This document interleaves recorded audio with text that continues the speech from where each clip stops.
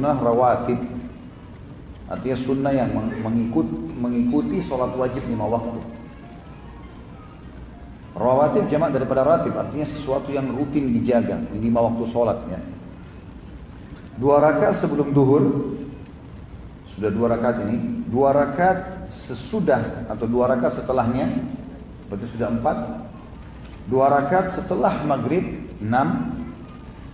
Di rumah beliau, di rumah Nabi SAW, jadi kalau sholat maghrib seringkali beliau pulang dan sholat maghrib di rumah, sunnah di rumahnya. 2 rakaat sesudah isya, ini sudah 8, dan ini juga di rumah beliau. Dan 2 rakaat sebelum subuh, ini berarti 10 rakaat. Jangan buru-buru, ada banyak riwayat di bawah. Saya sudah tahu muncul pertanyaan di benak seseorang tentang itu.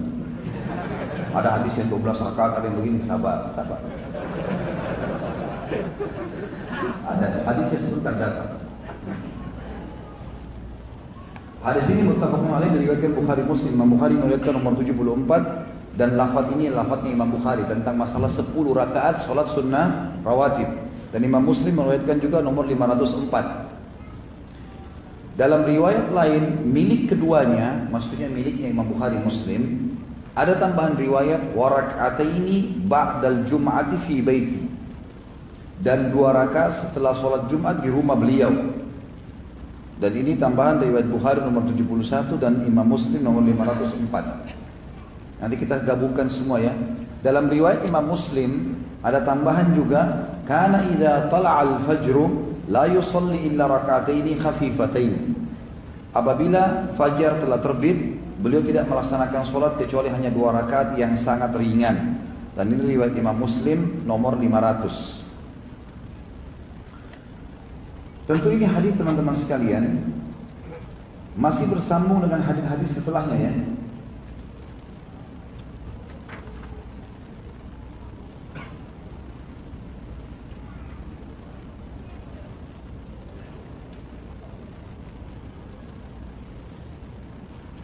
Baik, saya akan bacakan sampai 286. Ini kan hadis kita nomor 281 ya.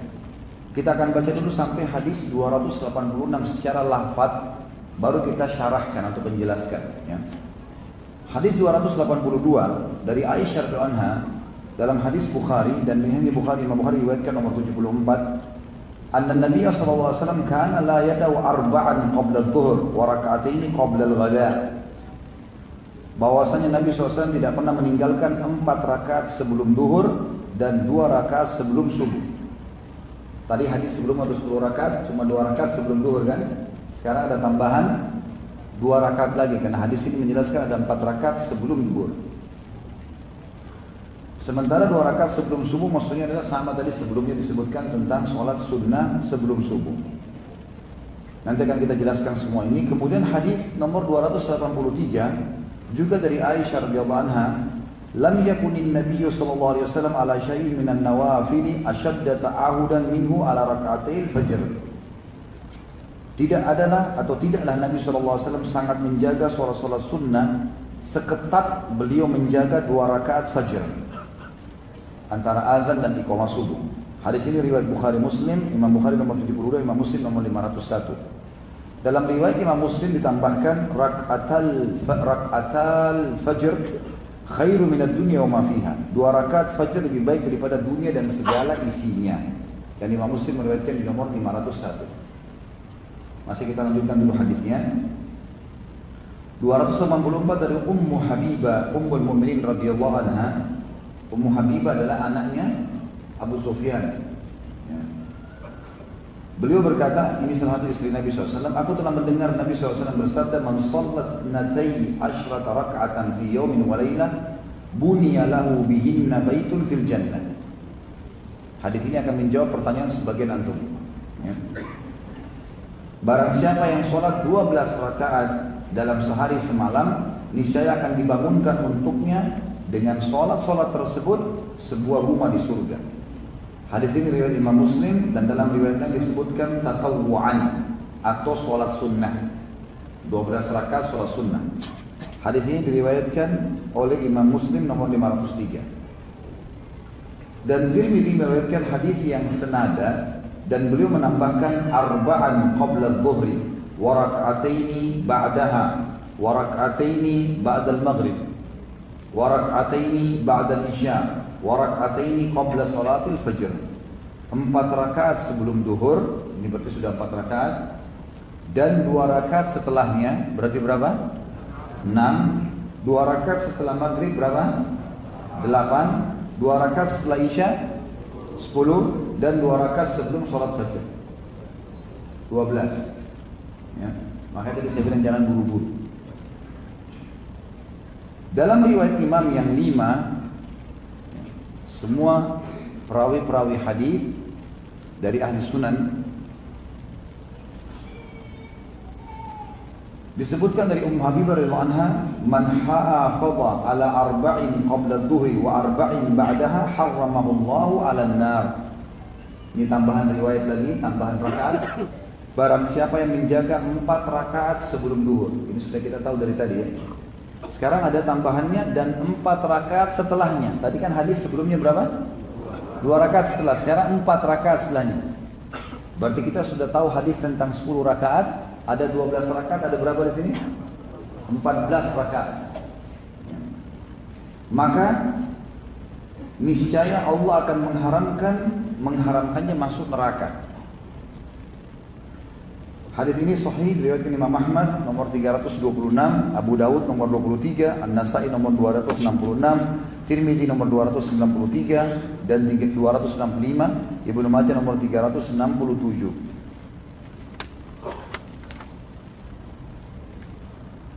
Kemudian hadis 285 dari Ibnu Umar radhiyallahu anhu, beliau berkata, Rasulullah SAW bersabda, rahimallahu imra'an shalla arba'an qabla al-'asr. Semoga Allah merahmati seseorang yang sholat 4 rakaat sebelum asar. Ini beri tambahan lain. Karena tadi tidak pernah disebutkan sholat sebelum asar, baru hadis ini. Dan hadis ini diriwayatkan Imam Ahmad, Abu Daud, Tirmidzi dan beliau menilainya hasan, serta Ibnu Khuzaimah menilainya sahih. Kemudian yang hadis yang terakhir yang kita akan jelaskan tentu penjelasan setelahnya adalah dari Abdullah bin Mughaffal al-Muzani radhiyallahu anhu dari Nabi sallallahu alaihi wasallam, beliau bersabda, "Shallu qabla al-maghrib, shallu qabla al-maghrib, thumma qala fi ats-tsalitsa liman syaa' karahiyatan an yattakhidaha an-nasu sunnah." Hadis ini riwayat Bukhari. Salatlah sebelum maghrib. Salatlah sebelum maghrib. Ini bantahan telak bagi orang yang langsung iqamah setelah azan maghrib. Hadis ini sahih riwayat Bukhari. Imam Bukhari meriwayatkannya, bisa dilihat di footnote nomor 638, nomor 74 hadisnya. Nabi SAW mengatakan, sholatlah sebelum maghrib, sholatlah sebelum maghrib. Dan ada sebagian masjid langsung iqamah. Kemudian beliau berkata pada yang ketiga kalinya, diulangi 2 kali dan yang ketiga beliau mengatakan, bagi siapa yang menghendaki, karena tidak suka atau jangan sampai orang-orang menjadikannya sebagai sunnah yang terus menerus harus dilakukan, seakan-akan pindah menjadi hukum wajib. Tapi bagi siapa yang mau silahkan. Dalam riwayat Ibnu Hibban juga menyebutkan nomor 457, tapi ini adalah penguat saja karena memang masih disoroti di sebagian ulama hadis. Anna Nabi SAW sholat qabla al-maghrib raka'atain, bahwasanya Nabi SAW sholat sebelum maghrib 2 rakaat. Dan ini tentu disoroti oleh para ulama tentang kesahihan hadis ini karena dia masih syadz, masih ada ya, penilaian-penilaian para ulama dari para perawinya, ya. Jadi yang kuat adalah hadis yang sebelumnya yang tidak menyebutkan jumlah rakaat sebelum maghrib. Artinya boleh 2, boleh 4, bebas, gitu loh. Karena ini dihitung sholat-sholat tatawwu, tambahan. Dan dalam riwayat Imam Muslim dari Anas radhiyallahu anhu, kunna nusalli rak'ataini ba'da ghurubi syams, wa kana Nabi SAW yarana falam ya'muruna wa lam yanhana. Kami dahulu sholat 2 rakaat setelah terbenamnya matahari, dan Nabi SAW melihat kami, namun beliau tidak memerintahkan maupun tidak melarang kami. Dan ini tentu diriwayatkan Imam Muslim nomor 573. Artinya maksudnya qabliyah maghrib ini, Nabi SAW sama sekali tidak melarang masalah itu. Kita sekarang gabungkan semua riwayat ini teman-teman sekalian. Yang pertama, dari hadis nomor 281 sampai 286 penjelasan tentang masalah sholat sunnah rawatib. Sunnah rawatib artinya sholat-sholat sunnah yang mendampingi sholat wajib, sebagaimana saya jelaskan tadi. Karena rawatib jamak daripada ratib. Ratib artinya sesuatu yang rutin dijaga, dan itu dinisbatkan kepada sholat 5 waktu karena dia harus dijaga on time di waktunya. Riwayat pertama tadi menjelaskan 10 rakaat, tapi tidak tersebutkan fadilahnya. Ya. Karena Ibnu Umar cuma mengatakan, aku menghafal dari Nabi SAW 10 rakaat, tapi tidak disebutkan dapat apa. Hanya dia bilang saya hafal dari Nabi. Riwayat yang selanjutnya tentang sunnah rawatib menjelaskan kepada kita tentang adanya 12 rakaat. Dan ada penyebutan fadilah. Karena Ummu Habibah tadi Allah mengatakan, aku menghafal dari Nabi SAW 12 rakaat. Siapa yang sholat 12 rakaat sehari semalam, maka Allah akan bangunkan baginya rumah di surga atau istana di surga. Kalau dipertemukan antara dua riwayat ini yang tadi Ummu Habibah riwayat Imam Muslim, dan riwayat tadi nomor 281 itu diriwayatkan oleh Imam Bukhari Muslim, maka kata para ulama tidak ada kontradiktif di antaranya. Karena ibadah sunnah, kalau memang ada riwayat yang menjelaskan tentang jumlah yang lebih banyak, maka lebih afdal mengambil jumlah yang lebih banyak. Walaupun orang kalau mau cukupkan dengan 10 rakaat itu hak dia, bahkan kalau dia tinggalkan dia tidak berdosa. Tetapi untuk mengejar istana di surga, penyebutan jumlah rakaat di hadis Ummu Habibah radhiyallahu anha mengharuskannya menjadi syarat.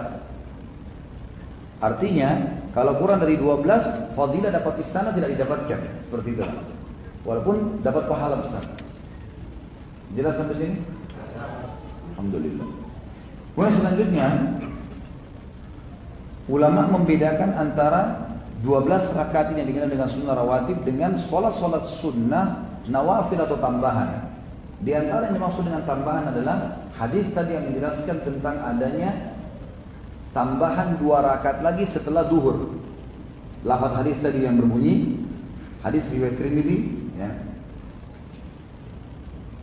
bahwasanya siapa yang menjaga 4 rakaat sebelum duhur dan 4 rakaat sudah duhur, maka Allah akan mengharamkan baginya api neraka. Kata para ulama, agar seseorang muslim mendapatkan kedua fadilah, dapat istana di surga karena sunnah rawatib, dapat juga pengharaman dari neraka karena mengerjakan atau membulatkan sholatnya 4 sebelum duhur dan 4 sesudah, maka dia boleh menggabungkan niatnya. Maksudnya adalah pada saat dia kerjakan sholat qobliyah duhur 4 rakaat dan ba'diyah duhur 2 rakaat untuk dapat istana di surga, dia tinggal tambahkan niatnya 2 rakaat lagi sudahnya sehingga dia bisa menggabungkan kedua hadis. Dapat fadilah istana di surga, dapat juga pengharaman api neraka. Kemudian juga penyebutan tentang masalah hadis 4 rakaat sebelum asar. Yang tadi dikatakan oleh Nabi SAW, semoga Allah merahmati seorang hamba, dari hadis Ibnu Umar dan Umar, dan diriwayatkan Abu Dawud, Tirmidzi dan hadisnya Hasan dan Ibnu Khuzaimah mensahihkannya. Semoga Allah merahmati seorang hamba yang rutin menjaga 4 rakaat sebelum asar. Ya. Sebagian ulama memasukkan ini dalam sunnah rawatib, sebagian umum mengatakan tidak masuk di dalamnya. Tidak masuk di dalamnya. Karena yang 12 rakaat memang tersebutkan dan punya fadilah surga, sementara 4 rakaat sebelum asar tidak hubungan dengan masalah fadilah surga. Tapi dia cuma mendapatkan rahmat. Dan bukan mustahil, ini juga punya fadilah besar. Khilaf di antara ulama yang memasukkan ini sebagai sunnah rawatib mengatakan berarti masuk.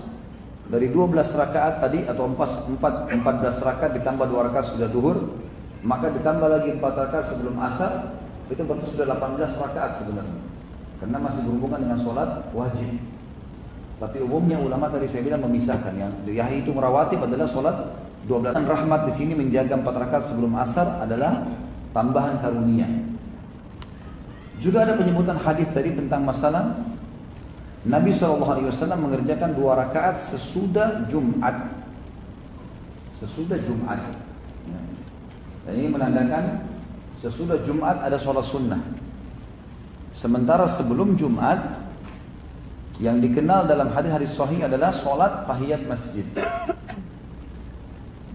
Dan tidak dikenal adanya qobliyah Jum'ah. Kalau dalam riwayat hadis.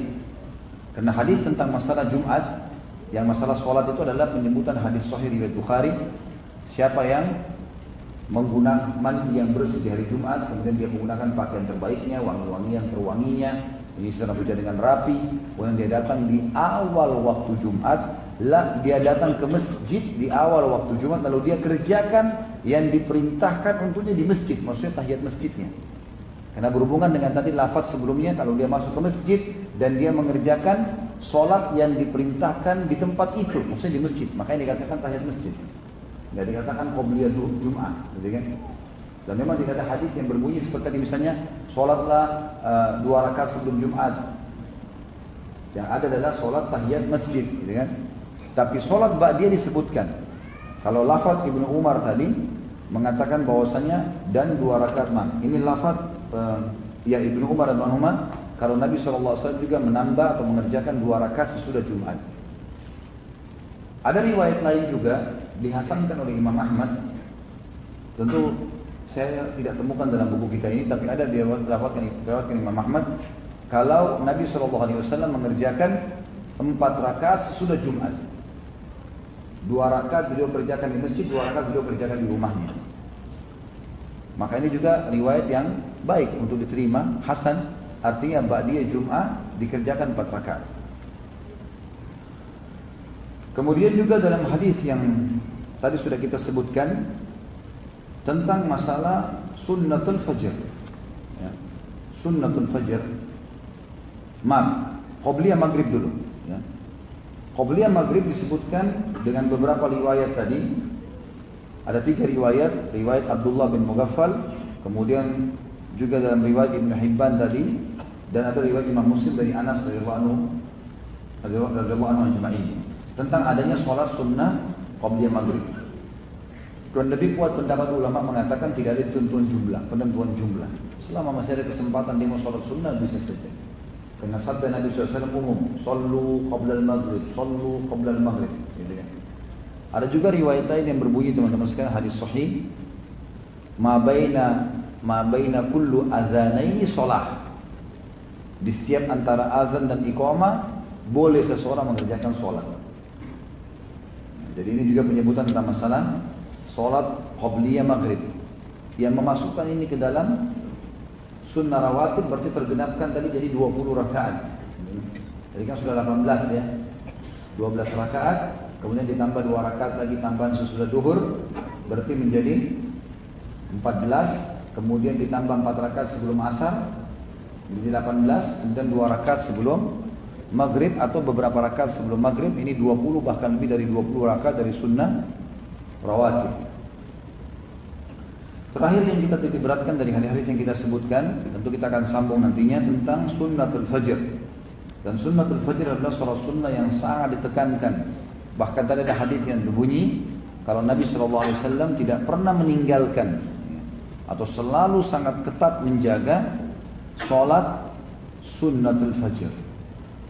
Dan sholat sunnatul fajr satu-satunya sholat sunnah yang disebutkan dengan fadilah sendiri, dia mandiri, lebih baik daripada dunia dan seluruh isi. Dan ini dikerjakan teman-teman sekalian antara azan dan iqamah. Ini banyak orang salah paham karena istilah fajr sebenarnya nama lainnya sholat subuh. Ayat Al-Quran yang berbunyi tentang sholat subuh ini atau sholat fajr, a'udzubillahi minasyaitonirrajim, inna qur'anal fajri kana mashhuda. Sesungguhnya bacaan-bacaan Al-Quran dibaca dalam sholat fajr, maksudnya sholat subuh, menjadi saksi. Dan ayat ini turun menceritakan tentang sholat subuhnya Nabi SAW. Jadi kalau ada yang mengatakan sholat sunnatul fajr itu sebelum azan subuh, ini keliru. Jadi, dari mana dalilnya ini? Sementara al-fajr adalah subuh, maksudnya adalah subuh. Dan sunnah ini saking pentingnya sampai Nabi SAW tidak pernah tinggalkan baik dalam keadaan musafir, mukim, sehat atau sakit. Dan kalau beliau dalam kondisi sakit, maka beliau memperingankan sholat ini. Bahkan Aisyah pernah berkata, saya tidak pernah melihat Nabi SAW lebih ringan sholatnya dibandingkan dengan sunnatul fajr. Tapi itu di sini ringannya sholat Nabi SAW punya ada tumanina, bukan seperti antum ini. Allah. Karena kita kalau mau ada pertandingan lomba sholat cepat sholat, kita juara. Luar biasa, sholatnya luar biasa. Ahli cepat dalam sholat. Kita bersaing dengan Pakistan. Kalau Pakistan, sholat tarawih, beberapa teman-teman saya ceritakan, saya nggak kenal sana, tapi insya Allah saya percaya orang-orang ini. Mereka kalau sholat tarawih supaya cepat selesai, baca setelah Al-Fatih satu ayat. Misal waladdallin amin inna a'tainakal kautsar. Allahu Akbar.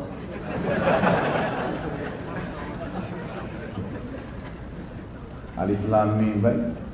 Antum punya ilmu baru. Lebih pendek lagi Hamim, Thaha, Yasin. Sebenarnya boleh, bukan tidak boleh. Karena membaca surah setelah Al-Fatihah sunnah. Tapi adabnya huruf 10 pahala. Gitu kan? Baca dengan tenang, dengan pelan-pelan, gitu kan? Ini semoga Allah kasih hidayah. Khusus masalah sunnatul fajr ini juga, fadilah yang disebutkan lebih baik daripada dunia dan seluruh isinya. Maknanya adalah kalau kita mengerjakan sekali saja sunnatul fajr, teman-teman sekalian, jangan dilewatkan ini. Maka pada hari kiamat diberikan pahala. Pahala itu pada saat kita terima, kita ya, kalau dipertemukan itu dengan dunia diberikan kepada kita, kita akan lebih pilih itu. Dunia dan seluruh isinya. Bayangkan kalau kita punya, tidak usah Jakarta deh, satu RT di tempat rumah antum tinggal itu wilayah antum sendiri, antum yang punya. Kaya nggak kira-kira? Satu RW, satu lurah, satu camat. Bagaimana kalau satu kota punya antum? Bagaimana kalau satu negeri, Indonesia semua, antum sendirian? Bagaimana kalau seluruh dunia ini? Baru wilayah ya, baru wilayah. Belum bicara kalau hewan-hewan, manusia, pohon-pohon. 2 rakaat fajar lebih baik daripada dunia dan seluruh isinya. Hewan-hewannya, tumbuh-tumbuhannya, manusianya, batunya, segala macam, tambang-tambangnya, pokoknya punya antum semua. Dengan sunnatul fajar 2 rakaat. Kenapa kehilangan? Harus dicambuk diri nih teman-teman sekalian. Paksakan diri. Bangun sebelum azan subuh, harus. Karena ibadah kalau tidak dipaksakan nggak bakal bisa. Masuk ke masjid sebelum azan. Azan jawab muadzin dengan baik, baca doa. Antara azan itu mustajab, sholat dengan tenang, tumanina, sunnatul fajr kejar dan berikan haknya 2 rakaat, 5 menit orang kerjakan. Dapat lebih baik dari dunia seluruh isinya. Bagaimana kalau antum kerjakan 10 tahun nih? 30 tahun selama kita hidup. Alhamdulillah. Luar biasa. Fadilah yang sangat besar.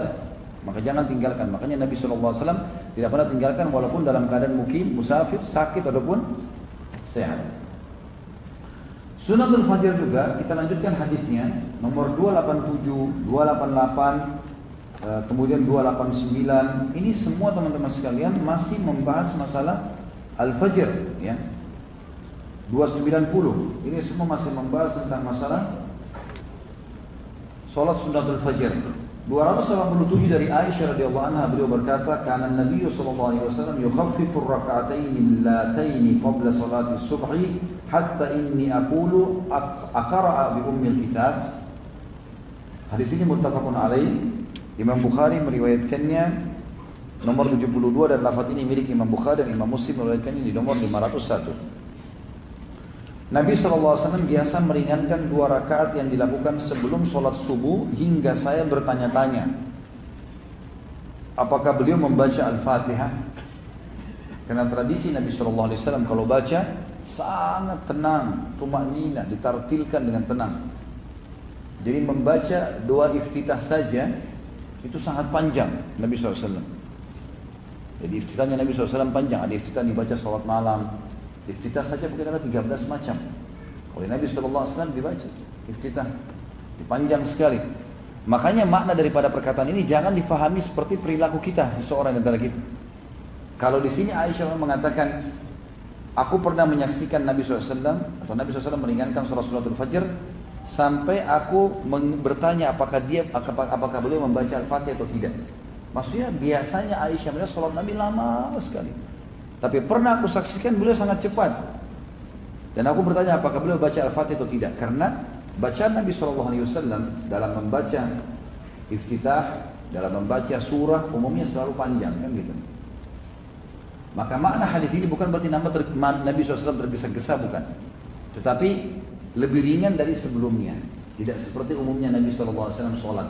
Dan ulama hadis mengatakan hadis ini bukan menjadi tradisi Nabi SAW, tapi pernah Aisyah melihat satu kali.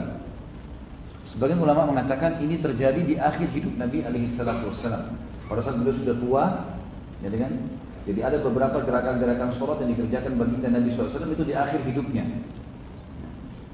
Dan riwayat-riwayat ini, kata para ulama, harusnya dipertemukan dengan riwayat pada saat Nabi SAW masih sehat, dan orang mempertemukan dengan keadaan dia. Kalau dia masih sehat, dia lakukan seperti yang Nabi SAW kerjakan pada saat sehat. Kalau dia sakit, dia kerjakan seperti yang Nabi SAW kerjakan kalau lagi sakit. Nah, hadis tentang masalah sunnatul fajr dikerjakan dengan cepat seakan-akan tidak membaca, apakah dia membaca Al-Fatihah atau tidak, kata Aisyah radhiyallahu anha, maknanya adalah Nabi SAW sholat bukan seperti biasanya lama, ini lebih pendek, gitu kan? Tapi bukan di sini pendeknya buru-buru seperti sebagian orang di antara kita. Dan juga ini hadis menjelaskan tentang kondisi Nabi di akhir-akhir hidup beliau pada saat beliau sudah berumur dan sudah sakit, maka berbeda. Orang yang tua, orang yang sakit tidak bisa berlama-lama dalam sholatnya. Mungkin kadang-kadang berdiri, ada halangan ya, kakinya sakit, gemetaran, apalah, merasa lemah dan seterusnya, ini bisa terjadi.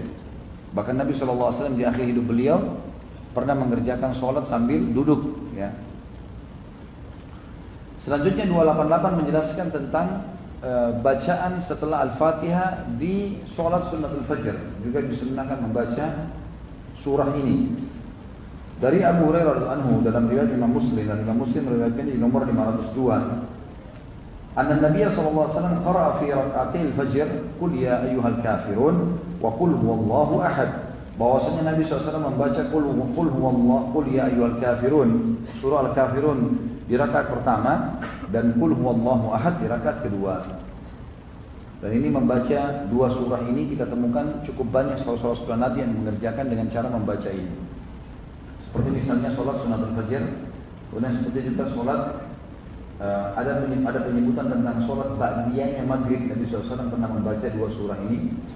Kemudian sholat sunnah di belakang maqam Ibrahim ya. Ini juga disunnahkan membaca dua surah ini. Tentu boleh saja kalau orang ganti dengan surah lain ya, tapi ini afdaliyahnya.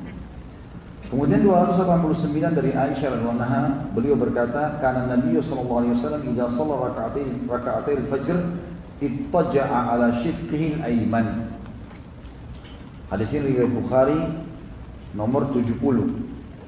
Aisyah berkata radhiyallahu anha, apabila Nabi SAW telah melaksanakan sholat dua rakaat fajr, beliau berbaring di atas sisi tubuhnya yang sebelah kanan. Makna hadis ini adalah Nabi SAW setelah selesai sholat fajr tidak langsung iqamah, tapi beliau beristirahat sejenak.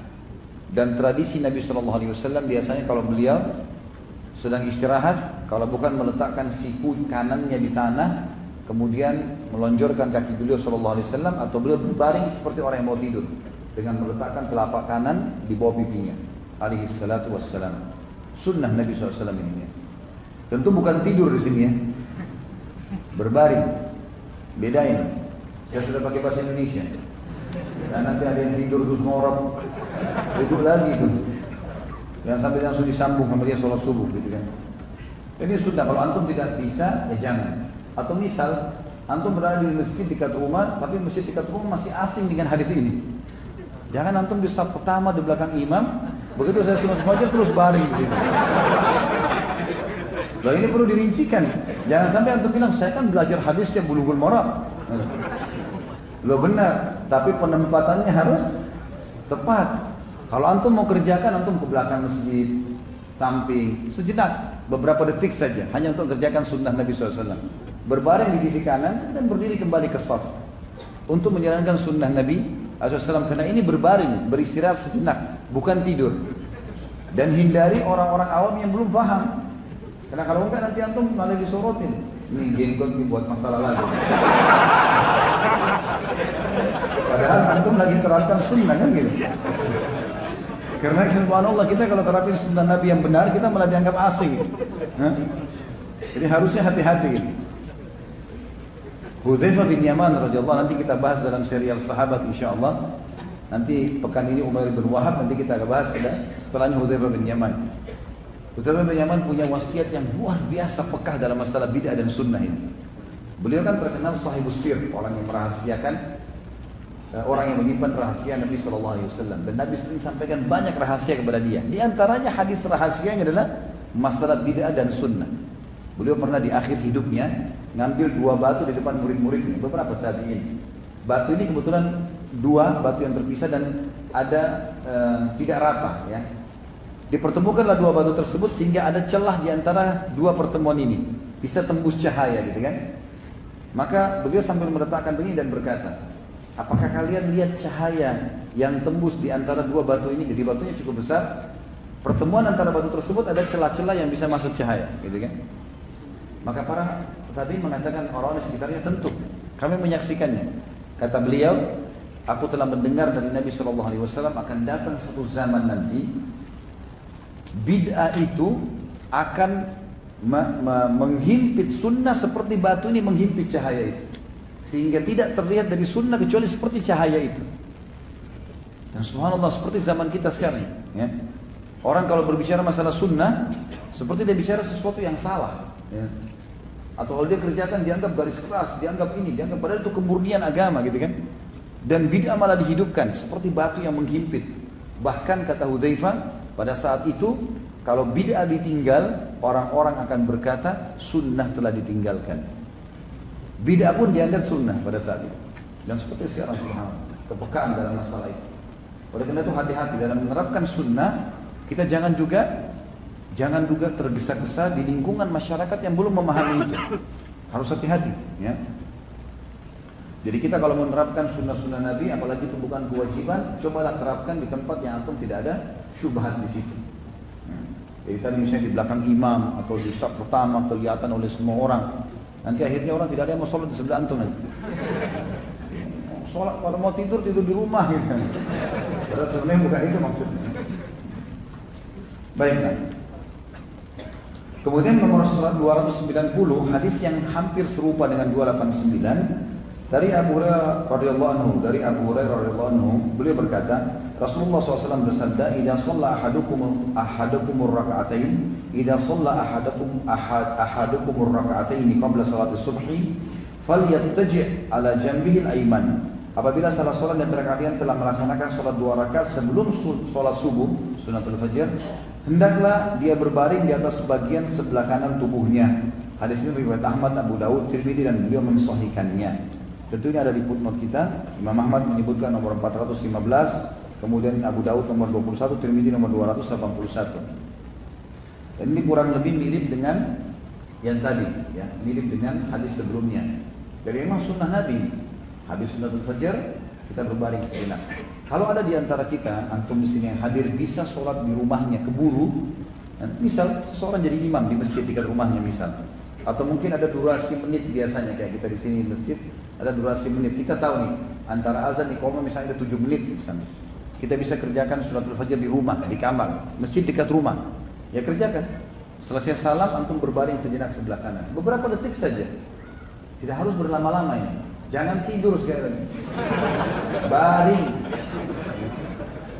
Sudah jelas. Kemudian antum berdiri lalu pergi ke masjid. Kalau bisa. Kalau masuk ke masjid bisa dikerjakan di belakang lebih bagus. Kalau nggak bisa ya sudah, nggak masalah. Artinya bisa diterapkan sesekali. Dan sunnah-sunnah Nabi SAW seperti ini bisa dikerjakan walaupun sekali seumur hidup. Gitu kan? Ya paling tidak pernah dikerjakan. Gitu kan? Ya paling tidak pernah dikerjakan.